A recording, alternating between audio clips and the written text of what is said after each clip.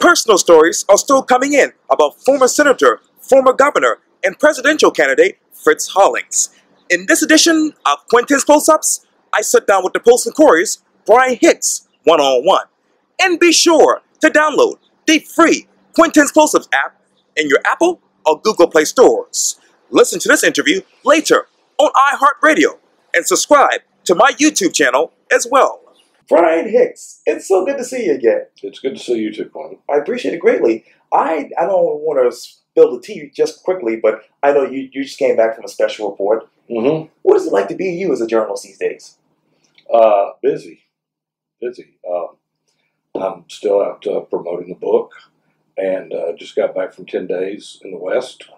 We drove the border, U.S.-Mexico border, from California to Texas. Mm. Spent some time with Senator Tim Scott. Actually went into Mexico, went to some of the caravan migrant camps. Wow. Interviewed some of those folks. Embedded with Border Patrol. Actually caught some people coming over the fence. Wow. So yeah, it's been busy. Busy. A lot of jets, a lot of driving. I bet. And here at home, unfortunately, the Low Country and really the world is mourning the death of a legend, Senator Fritz Hollings. Obviously, he died on Saturday at the age of 97. I know that you've known him for a long time in your journalism career.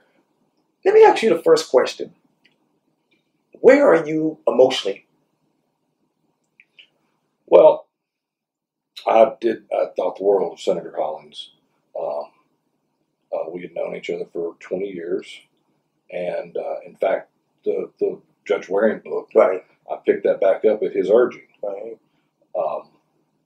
And it's sad because you hate to see him go. I always enjoyed it. He would call here every now and then and just want to talk or tell me something to write, and I always do what the senator tells me.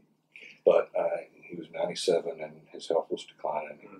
He had a good life. It's hard to be overly sad because this is what happens. But yeah, I mean, it's sad.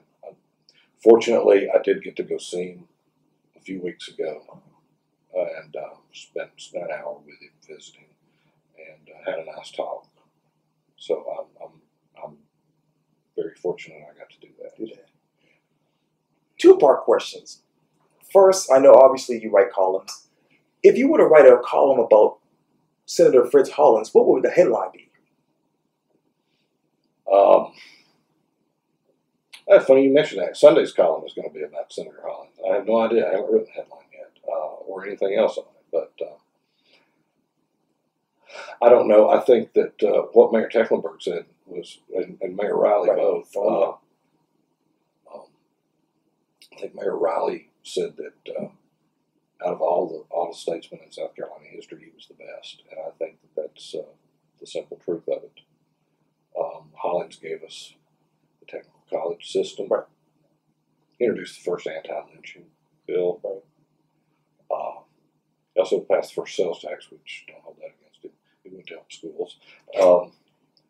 And he also integrated Clemson and told the state to quit fighting and let Harvey Gantt in. And he did so many amazing things. The Women, Infant, and Children's Nutrition Program. That touches me going all the way back. My mother was the first WIC administrator in my hometown in the 70s. And so, I mean, I knew of this program before I knew Senator Hollings. Right. But mostly he was just a good guy, spoke his mind, and I've liked him for a long time. Obviously, you've written a book about Judge Waring and obviously about Mayor Riley. If you could write a book about Senator Fritz Hollings, what would that title be in your mind? Wow, I don't know. The Last of the Breed. To still do a more title for that, but that's what he was. He was the last of that old breed, and just a man who wanted to do right. And I think that you saw his last public act was having his name taken off the federal courthouse in honor of Judge Waring. Right. And how many people do that? No one's ever done that. Yeah, that's what Clyburn said. That was the first of his, for someone to do that. Yeah. I know that obviously Mayor Riley, I guess, sent the letter to him maybe 3 days before he passed. Mm-hmm. When you look at that letter, what sticks out to you?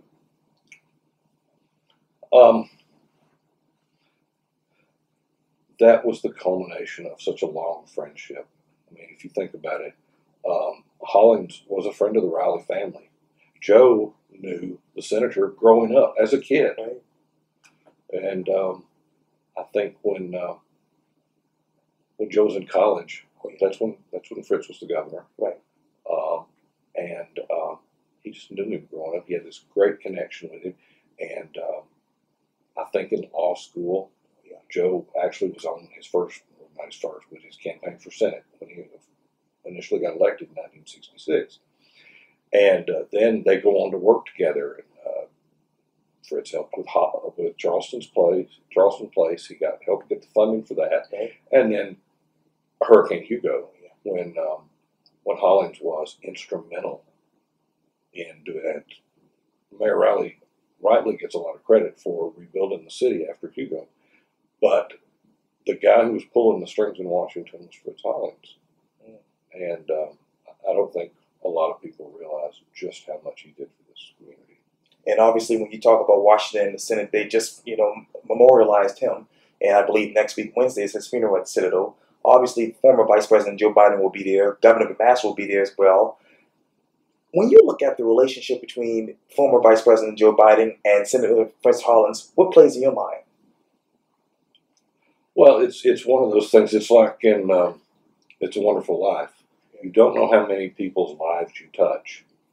And Joe Biden, where he is right now, is a direct result of Fritz Hollings. Joe Biden was a young man. I think he was 29 when he first was elected to the U.S. Senate. Before he took office, his wife and I think one of his children were in a car wreck. They died. And he thought about not serving. And Fritz went to him and convinced him to stay. I think his wife helped Biden take care of the kids or whatever. But he convinced Biden to stay in the Senate and became his mentor. When they dedicated the statue of Hollings here at the courthouse a few years ago, Biden came in and spoke, and he said, I wouldn't be Vice President of the United States if not for Fritz Hollings. And obviously, Governor McMaster will be there. When you look at that particular relationship, where does your mind go to? I think it goes to show you a different age in politics that you don't see as much anymore.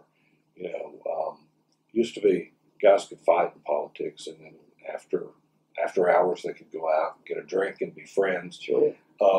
McMaster ran against Hollings for Senate, and this was mid-'80s, maybe 86 or about, and it's a pretty testy campaign. There's the famous debate question when Hollings says, I'll take a drug test if you'll take an IQ test to McMaster.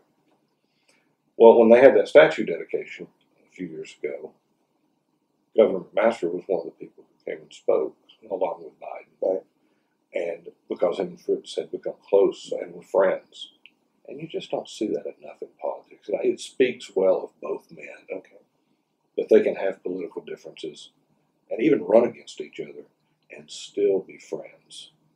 And I think there's a lesson in that for a lot of people. And not enough people pay attention to that anymore. But I think it speaks well of the senator and of the governor.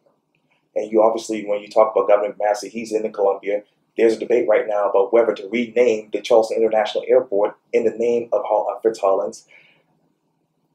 Where does this discussion go next in your mind? I think that the airport authority will probably end up doing something.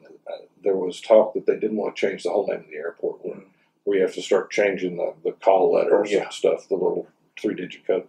I think they're going to name the terminal after him. It'll be the Ernest F. Hollings terminal inside the airport. And I think that's a fitting memorial to him. Brian Hicks, thank you so much for your time. I really, really appreciate this. Well, thank you. You're welcome. Likewise. Yeah.